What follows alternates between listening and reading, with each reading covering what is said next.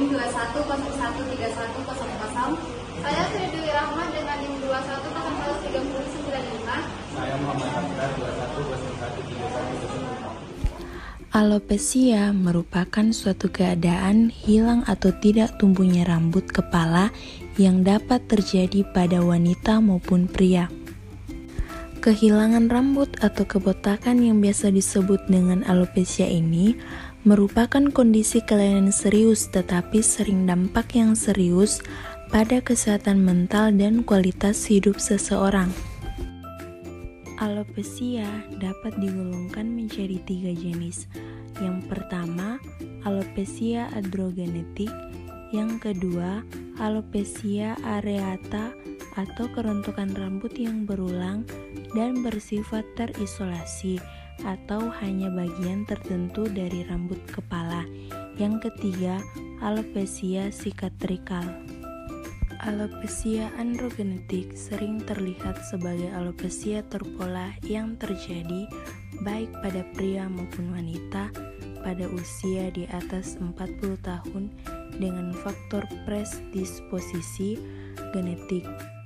Kerontokan rambut kepala pada alopecia androgenik tergantung dari reseptor androgen dan enzim 5-alfa reduktase.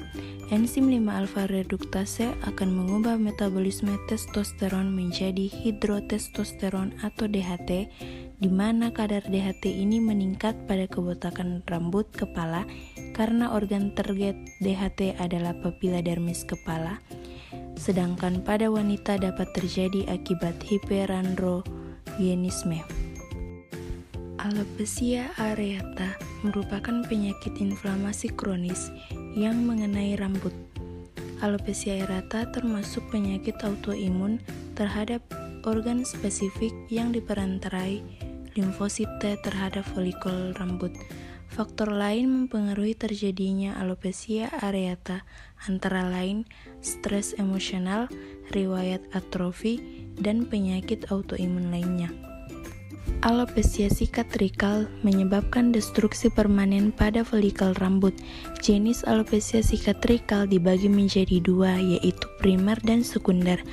Alopecia sikatrikal primer, folikel rambut rusak akibat inflamasi.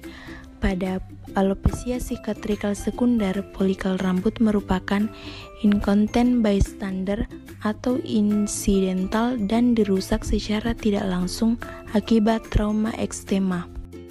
Adapun prinsip atau tujuan farmakoterapi alopecia areata yakni menghambat atau mengubah respon imunologi dengan memodulasi proses peradangan yang terjadi di sekitar folikel rambut. Adapun patofisiologinya yaitu berikut merupakan folikel rambut yang normal. Keistimewaan kekebalan sel dendritik folikel rambut normal terhadap serangan kekebalan. Berikut pertumbuhan rambut normal. Sedangkan ini merupakan folikel rambut di penderita alopecia areata. Sel dendritik folikel rambut di alopecia areata. Patogen, antigen memproses presentasi. Makrofag, antigen memproses fermentasi. Sel T membantu proses presentasi. Interleukin 1, interleukin 2.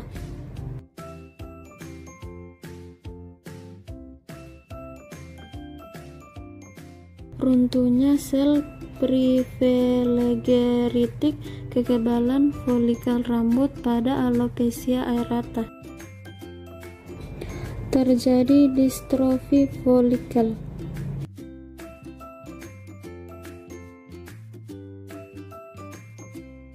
Kerontokan rambut pada alopecia areata. Mengelola AIS.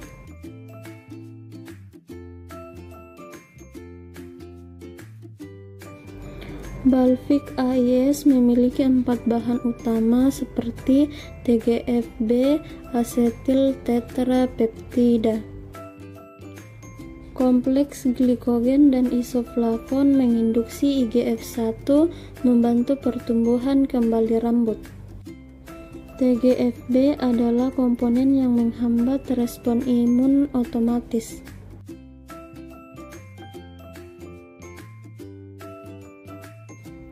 Asetil tetrapeptide membantu mengembalikan folikel yang hancur kembali normal.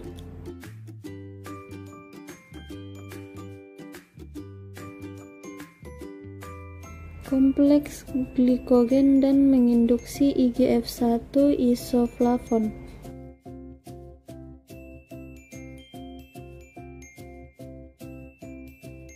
Subjek atau tanda dan gejala. Tanda alopecia areata menurut Harris DKK 2020. Yang pertama, kuku jari tampak abnormal.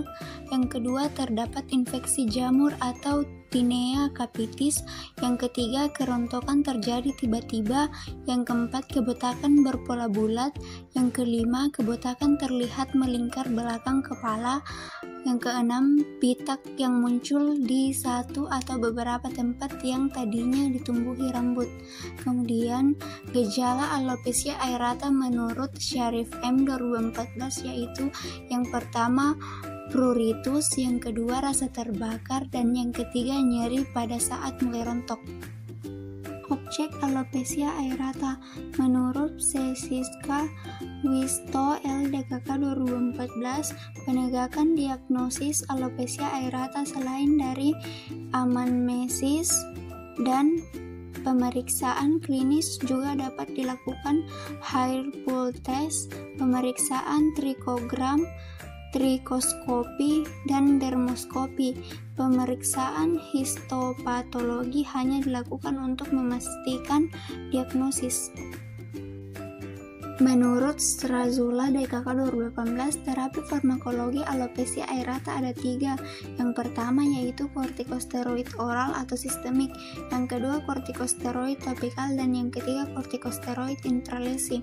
Yang pertama yaitu kortikosteroid oral atau sistemik. Terapi kortikosteroid oral diberikan untuk mengobati pasien alopecia areata dengan lesi lebih dari 50% mengenai kulit kepala atau perluasan alopecia areata. Obat kortikosteroid sistemik yang dapat diberikan adalah prednisolon oral. Yang kedua, kortikosteroid topikal. Beberapa kortikosteroid topikal yang memberikan efikasi pada pasien alopecia areata yaitu fluosinolon acetonide cream dan dexosimetason cream. Kortikosteroid topikal diberikan kepada pasien alopecia areata dengan lesi kurang dari 50% mengenai kulit kepala, terutama efektif untuk anak-anak. Yang ketiga, kortikosteroid intralesi. Kortikosteroid intralesi merupakan terapi utama pada pasien alopecia areata dewasa dengan lesi pada kulit kepala kurang dari 50% dan tidak dianjurkan bila lesinya lebih dari 50%. Terapi ini memberikan respon sebesar 64% penggunaan triamcinolone acetonide. Menurut Strazula DKK 2018, terapi non-farmakologi alopecia areata ada 4 yaitu dengan menggunakan tanaman urang-aring, lidah buaya, minyak kemiri, dan minyak zaitun.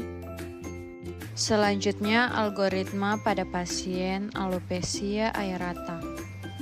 Yang pertama, dilihat dari umurnya.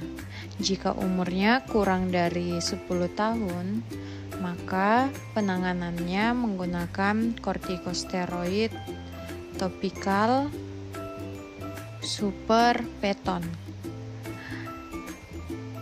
ditambah larutan monoksidil 5% atau anteralin kontak pendek. Jika usia lebih dari 10 tahun, maka dapat dilihat dari keterlibatan kulit kepala.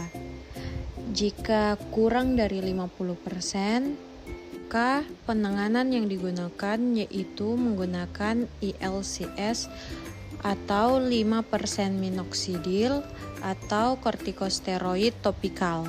Jika pertumbuhan rambut kembali bagus, maka lanjutkan sesuai kebutuhan. Namun, jika tidak efektif, maka tambahkan larutan anteralin kontak pendek atau minoxidil 5%. Jika keterlibatan kulit kepala lebih dari atau sama dengan 50%, maka imunoterapi topikal yang digunakan yaitu diphenyl cyclopropenon atau squaric acid dimethylaser. Jika pertumbuhan kembali rambut bagus, maka lanjutkan sesuai kebutuhan. Namun jika sebagian, tambahkan ILCS setiap 4 minggu. Namun jika tidak berefek, maka kombinasi larutan minoxidil 5% 2 kali sehari ditambah kortikosteroid topikal Peton Super atau antralin kontak pendek. Efek samping dari prednisolon yaitu seperti agresi agitasi, penglihatan kabur, penurunan jumlah urin, pusing, detak jantung atau denyut nadi yang cepat atau lambat, berdebar kalau tidak teratur, serta sakit kepala. Efek samping dari fluocinolone acetonin cream seperti gatal, panas, pengelupasan dan kulit kering yang ringan, folikel rambut bengkak atau meradang, perubahan warna kulit, pengerasan kulit, ruam kulit parah, kesulitan bernapas atau menelan. Efek samping dari desoxymetazone cream yaitu kemerahan, melepuh, mengelupas atau melonggarkan kulit, kulit hangat yang tidak biasa, kebutaan, terbakar, berkerak, kering atau mengelupas, serta penglihatan kabur. Efek samping dari triamcinolone acetonin itu seperti agresi, agitasi, kecemasan, penglihatan kabur, penurunan jumlah urin, pusing, cepat lambat, berdebar atau detak jantung, denyut nadi tidak teratur, serta sakit kepala. Ciprofloxacin dan obat lain di kelasnya dapat menyebabkan tendinitis dan ruptur tendon, dan risikonya sangat meningkat bila dikombinasikan dengan steroid seperti prednisone. Interaksi obat fluocinolone aceton dan diabetes yaitu kortikosteroid dapat meningkatkan kadar glukosa darah dengan memusuhi aksi dan menekan sekresi insulin yang mengakibatkan penghambatan pengambilan glukosa perifer dan peningkatan gluconeogenesis. Interaksi obat desoxymetazone dan diabetes seperti kortikosteroid dapat meningkatkan kadar glukosa darah dengan memusuhi aksi dan menekan sekresi insulin yang mengakibatkan penghambatan pengambilan glukosa perifer dan peningkatan gluconeogenesis. Interaksi obat triamcinolone aceton dengan atazanavir yaitu secara signifikan meningkatkan kadar triamcinolone dalam darah. Jika dikombinasikan dengan triamcinolone aceton, mungkin lebih cenderung mengalami efek samping seperti pembengkakan, penambahan berat badan, tekanan darah tinggi, glukosa darah tinggi, kelemahan otot, serta depresi. Rekomendasi obat buat ibu hamil untuk triamcinolone aceton itu termasuk kategori A. Obat kontraindikasi ibu hamil prednisone itu termasuk kategori D. Yang terakhir, obat yang perlu monitoring ginjal dan hati. Yang pertama, triamcinolone aceton perlu dimonitoring ginjal. Yang kedua, prednisone perlu dimonitoring juga dengan ginjal. Berikut adalah daftar pustaka yang kami gunakan pada materi alopecia areata. Sekian materi dari kelompok kami, kurang dan lebihnya mohon dimaafkan. Jangan lupa